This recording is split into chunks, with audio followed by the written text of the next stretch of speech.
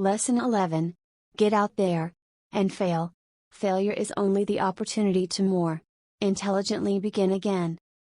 Henry Ford. She couldn't pay her credit card bills for 26 years. She moved 25 times looking for work. She was fired 18 times. She worked for 26 years before she earned an annual salary of $22,000. She occasionally lived on food stamps and slept in her car. You're probably thinking, if this is a book about success, why are you droning on and on about a woman who had so many failures?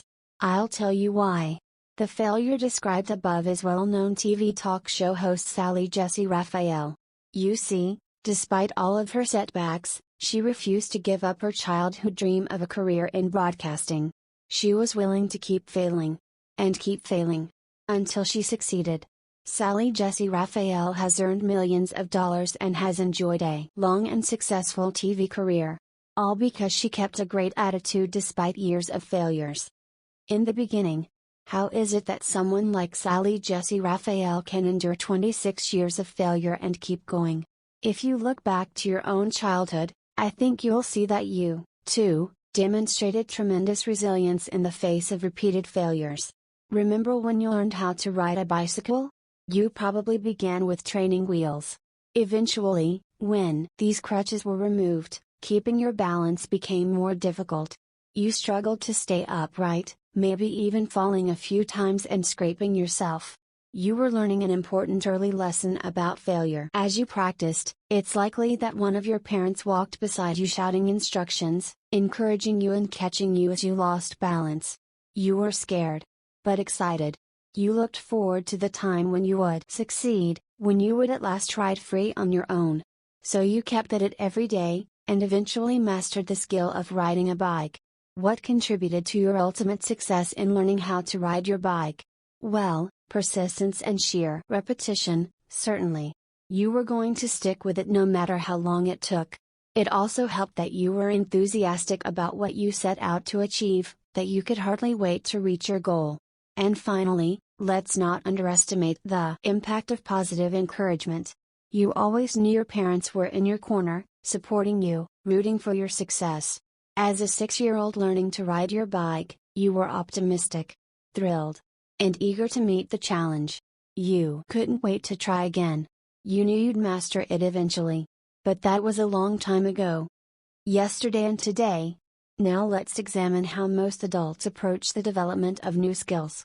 Would you say they're optimistic, thrilled, and eager to meet the challenge? We both know the answer to that question is no.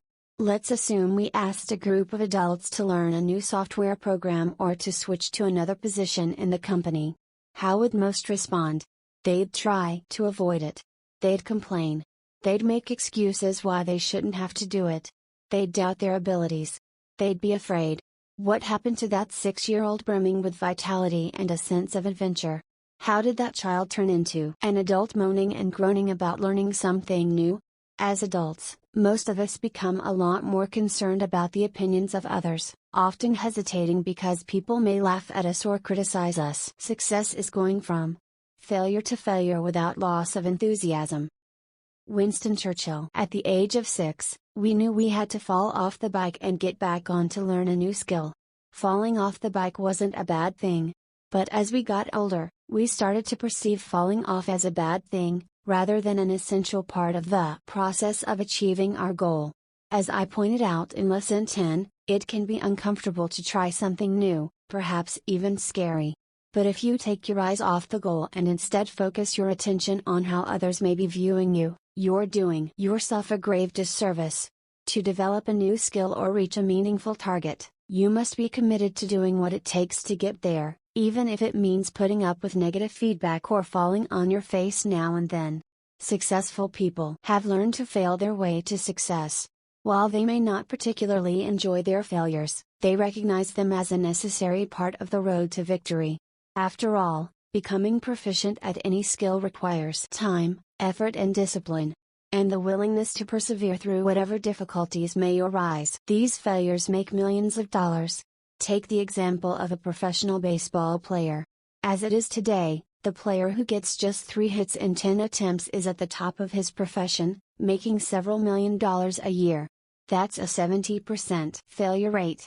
And the fans will no doubt taunt him when he strikes out.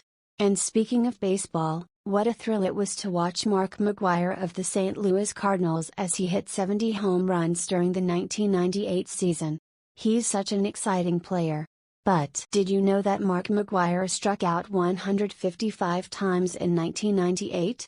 And for his career, McGwire has hit 457 home runs, yet, he has struck out 1,259 times. That's almost 3 times as many strikeouts as home runs. The greatest mistake a person can make is to be afraid of making one. Elbert Hubbard. When I ask you to name the best basketball player of all time, who comes to mind? I'm guessing that many of you immediately thought of Michael Jordan. He gets my vote. Let me share with you this statistic: Michael Jordan has a career shooting percentage of 50%. In other words, half of the shots he took in his career were failures. Of course, this principle isn't limited to sports. We also know that show business stars and media personalities are no strangers to failure. Many actors invest 10 or 15 years, enduring hundreds of rejections before landing a part that launches their careers. And then, even after achieving some degree of success, they still experience occasional box office flops. On the night he graduated from college, Jerry Seinfeld did his first comedy gig. It was at a comedy club in New York City. He bombed.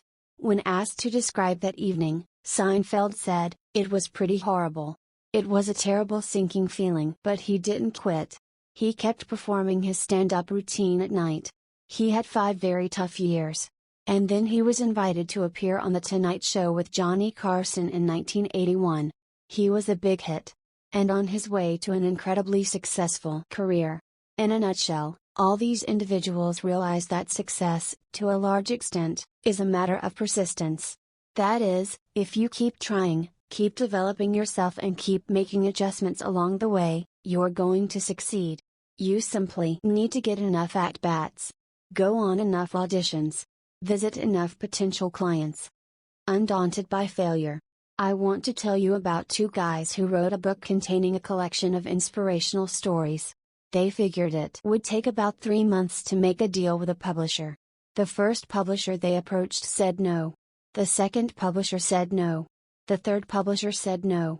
The next 30 publishers said no. Having racked up 33 rejections over a period of 3 years, what do you think they did? They submitted their book to another publisher.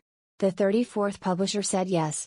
And that one yes, after 33 failures, is what launched the spectacular success of Chicken Soup for the Soul, written and compiled by Jack Canfield and Mark Victor Hansen.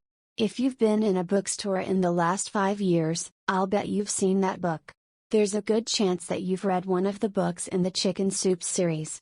The Chicken Soup for the Soul series has sold over 30 million copies. All because Jack Canfield and Mark Victor Hansen had the determination to fail over and over. And to keep going until they succeeded. What sustained Jack Canfield and Mark Victor Hansen through 33 failures? Their attitudes. If these guys had negative attitudes, they would have given up after the first or second rejection, missing out on a pot of gold. But their attitudes remained positive and upbeat, failure after failure after failure. What's a good attitude worth? In their case, about $10 million apiece. And still counting. No overnight success. Another example of someone who endured years of failure is the phenomenally successful radio host Rush Limbaugh. For years, Rush Limbaugh worked at low-paying jobs and was ridiculed before he made a successful breakthrough. After floundering in radio for 12 years, he was urged to get out of the business.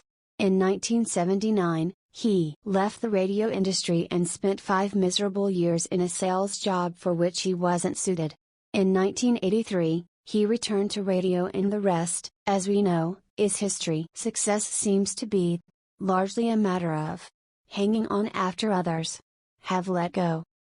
William Feather. So, when you get right down to it, there is no such thing as failure, there are only results, some more successful than others. Failure doesn't mean you've reached the end of the line and that success isn't possible.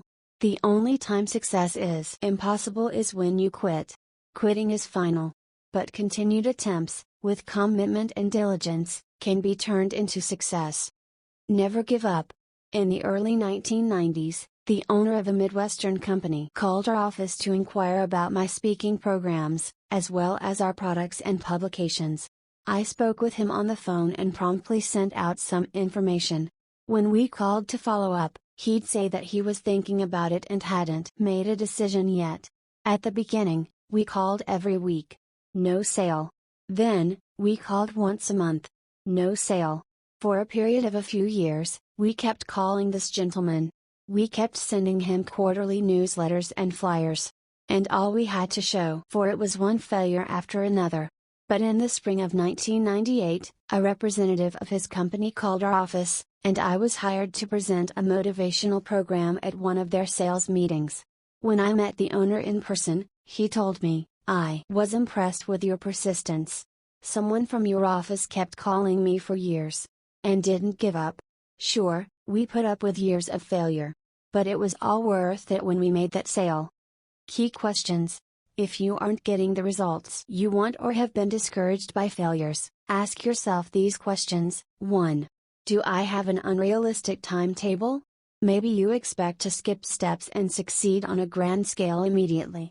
Success is usually achieved by climbing one step at a time. And you don't always know how long it will take to advance to the next level. So, be patient with yourself, and resist the temptation to compare your progress with that of anyone else. You'll advance faster than some, slower than others. Maintain a great attitude. Take action. Make adjustments. And the results will come. 2. Am I truly committed? Do you have a burning desire to achieve your goal? It's essential that you be willing to do whatever it takes and that you banish any thought of giving up before you accomplish your objective. Of course, it's much easier to be committed when you love what you're doing. Therefore, go after those goals you're passionate about, and harbor no thought of quitting. 3. Do I have too many discouraging influences? Unsuccessful results can be frustrating. That's why we need to surround ourselves with people who support and believe in us.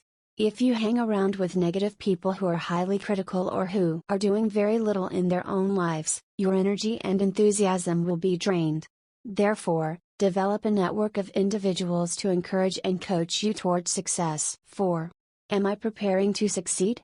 Success in any endeavor requires thorough preparation. Are you taking steps to learn everything you can about accomplishing your goal? This means reading books, listening to tapes, taking courses, and networking with highly successful people in your field. It might mean finding a mentor or getting a coach to work with you. Successful individuals are always sharpening their skills. Those getting unsuccessful outcomes often do the same things over and over without making necessary adjustments. So, be coachable. Accept the fact that you don't already know it all and find resources to keep you on track and moving forward. Would you like me to give you a formula for success? It's quite simple. Double your rate of failure. Thomas J. Watson. 5. Am I truly willing to fail? Face it, failure is inevitable. You will encounter defeat prior to succeeding. In our hearts, we know our most valuable lessons come from our failures. Failure is essential for growth. Look failure squarely in the face and see it as a natural part of the success process. Then, failure will lose its power over you. The truth is, when you're not afraid to fail, you're well on the way to success. Welcome failure as an unavoidable yet vital component in the quest to achieve your goals. Turning failure into success. Your failures are learning experiences that point out the adjustments you must make. Never try to hide from failure, for that approach guarantees that you'll take virtually no risks and achieve very little. As Beverly Sills once remarked, you may be disappointed if you fail, but you are doomed if you don't try. No, you won't close every sale. And you won't make money on every investment.